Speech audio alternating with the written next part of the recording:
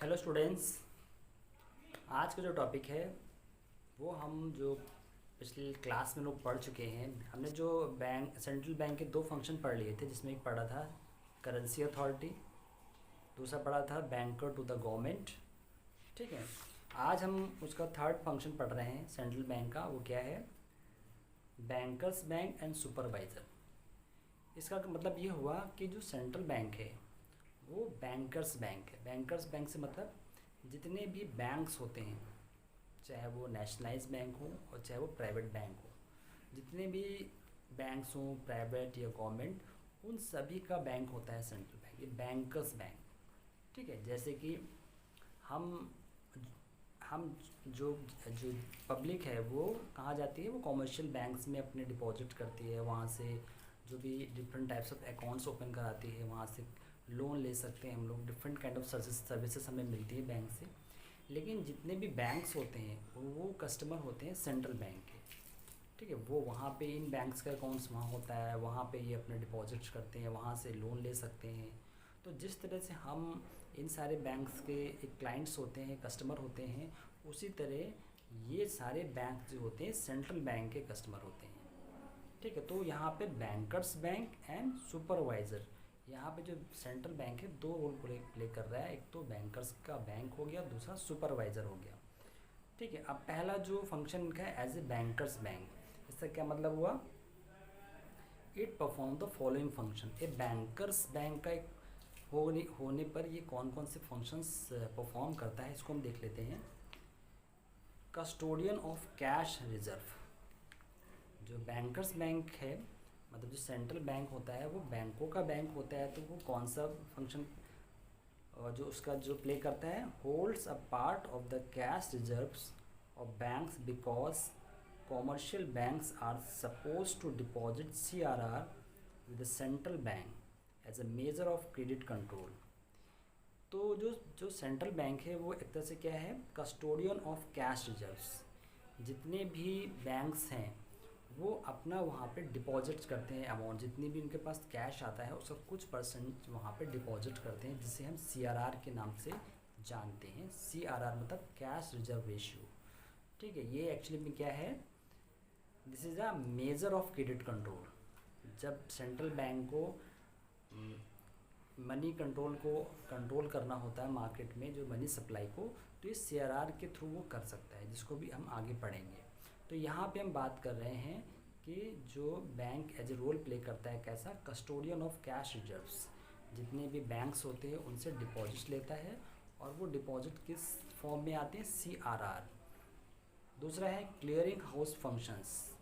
Banks जो central bank होता है वो क्लियरिंग हाउस फंक्शंस भी क्या करता है? परफॉर्म करता है। ठीक है, यहाँ पे क्या मतलब है? जो क्लियरिंग हाउस फंक्शन से मतलब क्या हुआ? जो सेंट्रल बैंक होता है वो एक्चुअली एक सेंट्रलाइज बैंक होता है, सेंट्रलाइज एक क्लियरिंग रिमिटेंस फैसिलिटी प्रोवाइड कराता है, क्योंकि जितने भी बैंक्स होते हैं वो सारे, उन सभी का अकाउंट कहाँ पे होता है? सेंट्रल बैंक में होता है। अब किसी बैंक को अगर किसी बैंक दूसरे बैंक में डिपॉजिट करना है या उस बैंक से पैसा ट्रांसफ़र करना है, तो एक तरह से जो RBI होता है वो ये एक फैसिलिटी प्रोवाइड करता है, वो किसी भी बैंक से उसका डिपॉजिट्स ले उस दूसरे बैंक को उसको प्रोवाइड कर सकता है, क्योंकि सभी लोग जितने भी बैंक्स होते हैं अपना CRR वहाँ पे डिपॉजिट करते हैं। तो यहाँ पे एक सेंट्रलाइज फंक्शन प्ले करता है वो। कोई भी बैंक आसानी से किसी बैंक से ट्रांसफ़र कर सकता है मनी को, और उस बैंक्स में उसके अकाउंट्स में भी ट्रांसफ़र कर सकता है। तो इस तरह से देखा जाए तो ये एक रोल प्ले करता है क्लियरिंग हाउस फंक्शन का। उसके बाद lender of the last resort. इसका क्या मतलब हुआ? As a lender of the last resort it make short term credit available to them. It gives financial accommodation loans to commercial bank against approved securities. Lenders of the last resort से मतलब है कि जब जितने भी commercial banks होते हैं इनको जब कभी भी शॉर्ट टर्म्स क्रेडिट की ज़रूरत होती है, तो ये कुछ सिक्योरिटीज़ को जमा करके सेंट्रल बैंक से वहाँ से कुछ ना कुछ इनको क्रेडिट मिल जाता है। जब कभी भी अचानक किसी क्रेडिट की ज़रूरत होती है, किसी लोन की ज़रूरत होती है, तो कुछ डिपॉजिट्स को जमा करके, कुछ सिक्योरिटीज़ को वहाँ पे डिपॉजिट करके वे वहाँ से कुछ ना कुछ लोन ले सकते हैं। उसके बाद एज ए सुपरवाइज़र अच्छा, सुपरवाइज़र का क्या रोल प्ले करता है central bank? The central bank supervise, regulates and control the commercial bank. जो सुपरवाइज़र होता है वो क्या करता है, कौन सा रोल प्ले करता है? Supervise, regulates and control the commercial bank.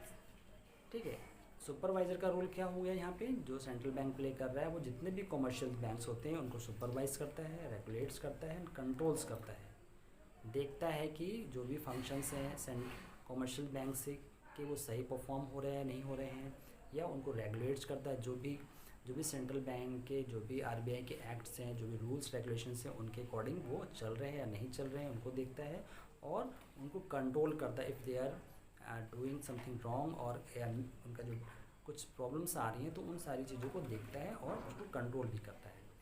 ठीक है, ये एक सुपरवाइज़र का रोल हुआ। दूसरा रोल क्या है? The regulation may be related to their licensing, branch expansion, liquidity of assets, management, amalgamation and liquidation। तो कुछ और जो सुपरवाइज़र फंक्शंस हैं वो कौन कौन से प्ले करता है? जैसे कि उनको लाइसेंसिंग देना, जैसे कोई नया बैंक्स ओपन हो रहा है तो उसको लाइसेंस देना। ब्रांचेस एक्सपेंशन, कई बार क्या होता है कि जो कुछ बैंक्स होते हैं वो अपनी बैंक्स को एक्सपैंड करना चाहते हैं और ब्रांचेस खोलना चाहते हैं दूसरे सिटीज़ में या दूसरे एरियाज़ में, तो उनको परमिशन देता है। लिक्विडेशन ऑफ द एसेट्स, जो भी एसेट्स होती हैं उनको लिक्विडेट करना, मतलब उनको कैश फॉर्म में कन्वर्ट करना। फिर मैनेजमेंट देखता है कि कैसे वहाँ पे जो भी मैनेजमेंट्स होते हैं उनको चेंज करना, कैसे किसको कहाँ भेजना है। देन एमालगमेशन एंड लिक्विडेशन, कई बार क्या होता है बिजनेस जो बैंक्स होते हैं उनको मर्ज करना, उनको लिक्विडेट करना, मतलब अगर बैंक कोई बंद भी करना है तो ये सारे फंक्शंस, ये सारा काम कौन करता है? सेंट्रल बैंक करता है, और उसकी सुपरवाइजरी में होता है सब। फिर it also includes periodic inspection of banks. Central bank कभी कभी टाइमली जितने भी कॉमर्शियल बैंक्स होते हैं इनको पीरियोडिकली वहाँ पे जाके चेक कर सकता है। ठीक है, वहाँ पे इंस्पेक्शन कर सकता है कि वहाँ क्या हो रहा है, क्या प्रॉब्लम्स आ रही हैं, या कभी अचानक वो जाके देख भी सकता है कि एक्चुअली में जो बैंक्स होते हैं वो अपने काम को सही से परफॉर्म कर पा रहे हैं या नहीं कर पा रहे हैं। उसके बाद हम देखते हैं दूसरा जो फंक्शन है, controller of credit and money supply. ठीक है, यहाँ पे आरबीआई या जो भी सेंट्रल बैंक हो ये रोल प्ले करता है। वो क्या करता है? Controller of credit and money supply. Money monetary policy of central bank refers to the policy of central bank relate to the control of money supply and the availability of credit in the system. यहाँ पे जो central bank है वो क्या करता है? Money supply को control करता है, क्योंकि मनी सप्लाई कंट्रोल करने का एक बहुत बड़ा जो एक तरह से देखा जाए तो एक बहुत बड़ा रोल प्ले होता है कि जो भी मार्केट में इन्फ्लेशन और डिफ्लेशन होता है इसको मनी सप्लाई के थ्रू ही कंट्रोल किया जा सकता है। तो किस तरह से, दो तरीके से कंट्रोलिंग करता है बैंक को, वह है quantity measures and qualitative measures.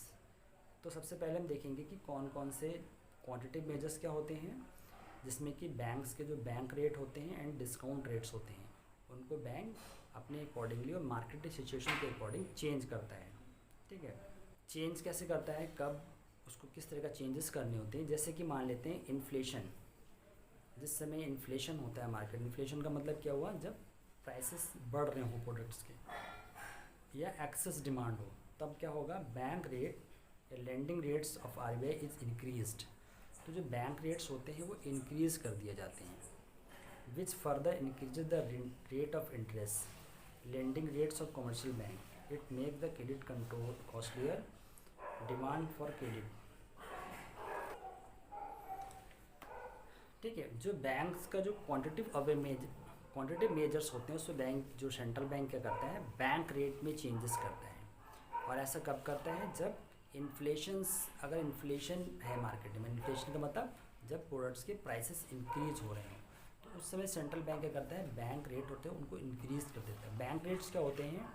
Bank rates वो होते हैं जिनमें कॉमर्शियल बैंक जिन रेट्स पर सेंट्रल बैंक से लोन लेता है, जो क्रेडिट लेता है, वो क्या करते हैं कि वो जो रेट होता है बैंक रेट उसको इंक्रीज़ कर देता है सेंट्रल बैंक।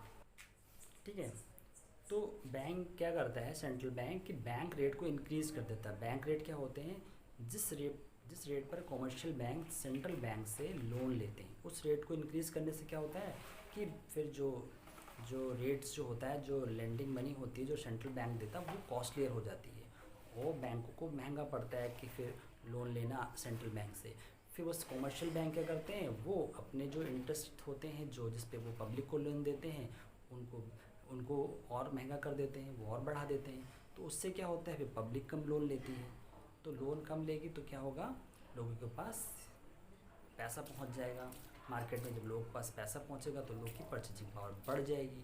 परचेजिंग पावर बढ़ेगी, जब बैंक रेट्स हाई हो जाएगा तो फिर क्या करेंगे, बैंक को महंगा पड़ेगा लोन, तो फिर बैंक्स उधर कॉस्टलियर कर देंगे, जो रेट ऑफ इंटरेस्ट होगा उसको बढ़ा देंगे। तो उससे क्या होगा, लोग फिर लोन लेना कम कर देंगे, और लोन लेना कम करेंगे तो क्या होगा, मार्केट में मनी नहीं पहुंचेगी, तो फिर क्या होगा, अपने आप डिमांड कम हो जाएगी, और डिमांड कम होगी तो फिर इन्फ्लेशन भी कम होता चला जाएगा और प्रोडक्ट के प्राइस भी कम होने लगेंगे। तो ये एक तरह से देखा जाए तो क्वांटिटेटिव मेजर है मार्केट्स में जो प्राइसेस को कंट्रोल करने का। ठीक है, ये मुझे लगता है आपको समझ में आ गया होगा कि सिंपल एक तरीका है बैंक रेट्स को, जो सेंट्रल बैंक रेट्स को बढ़ा देता है, उसे कॉमर्शियल बैंक को लोन महंगा हो जाता है। फिर कॉमर्शियल बैंक को जब महंगा होगा तो पब्लिक को के लिए जो रेट ऑफ इंटरेस्ट होता है लोन पे, वो महंगा कर देंगे, बढ़ा देंगे। तो फिर पब्लिक लोन लेगी नहीं, और लोन नहीं लेगी तो फिर मार्केट में मनी नहीं पहुंचेगा, पैसा नहीं पहुंचेगा, तो अपने आप ही क्या होगा, डिमांड कम हो जाएगी, और डिमांड कम होगी तो फिर प्रोडक्ट के प्राइसेस भी कम हो जाएंगे।